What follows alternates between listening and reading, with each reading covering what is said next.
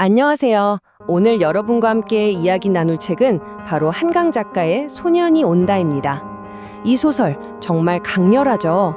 이 작품이 어떻게 죽은 자들의 목소리를 우리에게 생생하게 들려주는지 지금부터 그 안으로 함께 들어가 보겠습니다. 이야기를 본격적으로 시작하기 전에 이 문장을 먼저 보여드리고 싶어요. 이 소설이 어떤 작품인지 정말 정확하게 짚어댄 표현이거든요. 한 평론가는 한강 작가를 이렇게 불렀습니다. 한강은 무당이다. 죽은 자들의 목소리를 대변하는 무당이다. 정말 강렬하죠? 이 문장이 오늘 우리가 나눌 이야기의 핵심을 꿰뚫고 있다고 생각해요. 오늘은 이런 순서로 이야기를 풀어가 볼게요. 먼저 죽은 자들의 목소리를 통해 한강 작가에 대해 알아보고 이어서 소설이 어떻게 광주를 마주하는지 살펴보겠습니다. 그리고 이 소설의 아주 특별한 구조, 피카소처럼 겹쳐진 시선들에 대해서도 이야기할 거고요.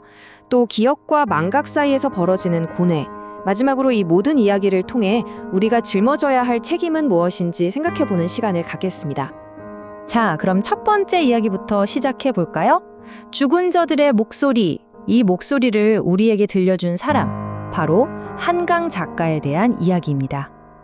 네, 맞아요. 바로 2024년 노벨 문학상 수상자 한강 작가입니다. 정말 자랑스러운 소식이었죠. 스웨덴 할리먼이 이런 평가를 했어요. 역사적 트라우마에 맞서고 인간의 연약함을 드러낸다고요. 와, 이 평가에 정말 딱 들어맞는 작품이 바로 오늘 우리가 이야기하는 소년이 온다라고 할 수 있겠죠. 제가 이 소설을 읽으면서 정말 인상 깊었던 건요. 작가 특유의 조용하고 절제된 분위기예요. 끔찍한 폭력을 이야기하면서 막 감정을 터뜨리는 게 아니라 오히려 숨을 죽인 채 그 안으로 더 깊숙이 파고들어요. 참 이상하죠? 그렇게 조용한 목소리인데 그래서 더 그 비극이 뼈아프게 선명하게 다가오는 것 같아요. 자, 그럼 이 소설이 왜 태어날 수밖에 없었는지 그 심장부로 들어가 보겠습니다. 바로 광주라는 역사적 사건을 마주하는 거죠. 최소 166명. 이 숫자를 한번 보세요. 이게 공식적으로 확인된, 그러니까 최소한의 사망자 수예요. 실제로는 훨씬 더 많았을 거라고 하죠. 이 숫자 하나만으로도 당시의 상황이 얼마나 끔찍했는지 조금이나마 짐작하게 되는 것 같습니다. 이 모든 일은 1980년 5월 18일 광주에서 시작됐습니다. 우리가 광주 민주화 운동이라고 부르는 바로 그 사건이죠. 수많은 시민들이 군인의 총칼에 희생되었던 이 비극적인 역사가 바로 소년이 온다의 배경이고 이 소설이 던지는 모든 질문의 출발점이라고 할 수 있습니다. 자, 그렇다면 한강 작가는 이렇게 참혹한 역사를 어떤 방식으로 이야기할까요? 그냥 평범한 소설처럼 썼을까요? 아니에요. 여기서 이 소설의 정말 대단한 점이 드러납니다. 바로 피카소처럼 겹쳐진 시선들, 그 독특한 구조를 한번 살펴볼게요. 보통 소설은 작가가 정한 하나의 시점으로 쭉 이야기가 진행되잖아요. 그런데 이 책은 그렇지가 않아요. 시점이 계속해서 바뀝니다. 어떤 장에서는 나가 되어서 그 고통을 직접 겪고요. 또 다른 장에서는 갑자기 너라는 목소리가 들려와서 마치 저를, 독자를 사건 한가운데로 끌어당기는 것 같아요. 그러다가 또 어느 순간은 멀찍이 떨어져서 그나 그녀를 관찰하기도 하죠. 왜 그랬을까요? 아마 하나의 시선만으로는 이 거대한 비극의 모든 면을 도저히 담아낼 수 없었기 때문일 겁니다. 이런 독특한 방식을 두고 한 평론가가 정말 기가 막힌 비유를 했어요. 바로 피카소의 큐비즘, 입체주의 같다고요. 피카소 그림 보면 어때요? 한 사람의 얼굴인데 정면, 옆모습이 막 한 캔버스에 다 들어있잖아요. 그것처럼 이 소설도 하나의 사건을 여러 사람의 시선으로 여러 각도에서 동시에 보여주는 거죠.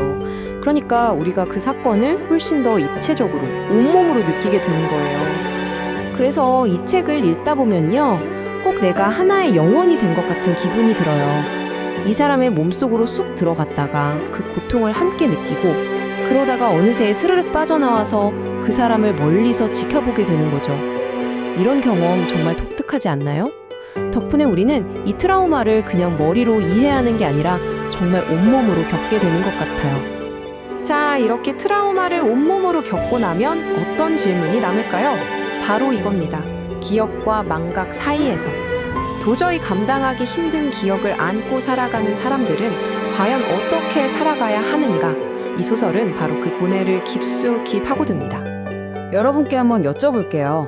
만약 정말 너무너무 고통스러워서 떠올리기만 해도 숨이 막히는 기억이 있다면 그걸 잊으려고 애써야 할까요? 아니면 아프더라도 어떻게든 붙들고 있어야 할까요? 참 어려운 문제죠. 이 소설은 은숙이라는 인물을 통해서 이 딜레마를 우리에게 생생하게 보여줍니다. 은숙이라는 인물을 보면요, 정말 모순적이에요. 한편으로는 과거에 뺨을 맞았던 그 끔찍한 기억을 어떻게든 잊으려고 발버둥 쳐요. 그런데 또 다른 한편으로는 그 기억을 자꾸만 떠올리게 하는 분수 소리가 듣기 싫다고 그걸 멈춰달라고 구청에 민원까지 넣거든요. 정말 아이러니하죠? 이건 잊고 싶은데 절대로 잊을 수는 없는 그 기억과 망각이라는 고통스러운 틈새에 끼어서 살아가는 우리 인간의 모습을 그대로 보여주는 것 같아요. 자, 그럼 이제 마지막 질문입니다. 이 모든 이야기를 듣고, 읽고, 느낀 우리는 이제 뭘 해야 할까요? 그 시대를 직접 겪지 않은 우리에게 이 소설이 던지는 메시지는 과연 무엇일까요? 바로 우리가 짊어진 책임에 대한 이야기입니다. 이 책을 덮고 나면 이런 생각이 들어요. 아, 내가 지금 이렇게 당연하게 누리고 있는 이 평범한 하루, 이 자유로운 사회가 사실은 과거 누군가의 엄청난 희생 위에 세워진 거구나. 근데 우린 너무 쉽게 그걸 잊고 사는 건 아닐까 하고요.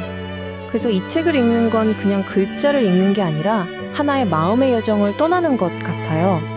처음에는 그분들에 대한 사무치는 미안함으로 시작해서 그 다음엔 그냥 사실만 안다고 되는 게 아니구나 하는 어떤 책임감을 느끼게 되죠.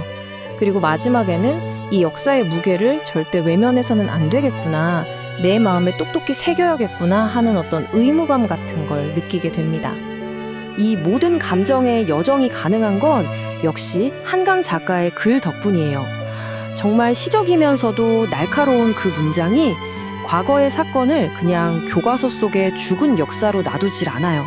마치 지금 바로 내 피부에 와 닿는 것처럼 생생한 고통으로 되살려내는 거죠. 그래서 마지막으로 이 질문을 여러분과 함께 나눠보고 싶습니다. 이 소설이 우리에게 던지는 가장 근본적인 질문이기도 하죠. 우리는 과거의 무게를 어떻게 기억해야 할까요? 단순히 그런 일이 있었다고 아는 것에서 그치는 게 아니라 그 고통의 무게까지 온전히 우리 마음에 새기려면 우리는 무엇을 해야 할까요? 오늘 제 이야기가 이 질문에 대해 한 번쯤 깊이 생각해보는 계기가 되었으면 좋겠습니다.